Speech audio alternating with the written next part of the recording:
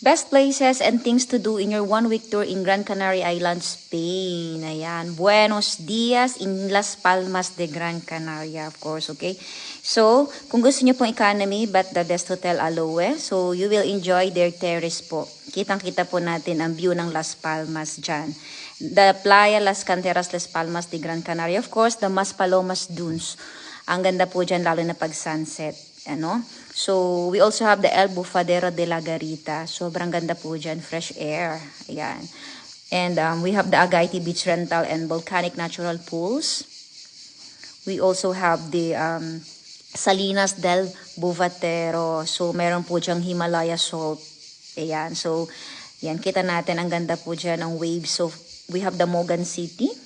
You will enjoy yung mga isda po dyan sa city, okay? So, we also have the Playa de Beneguera and the Barranco de las Vacas.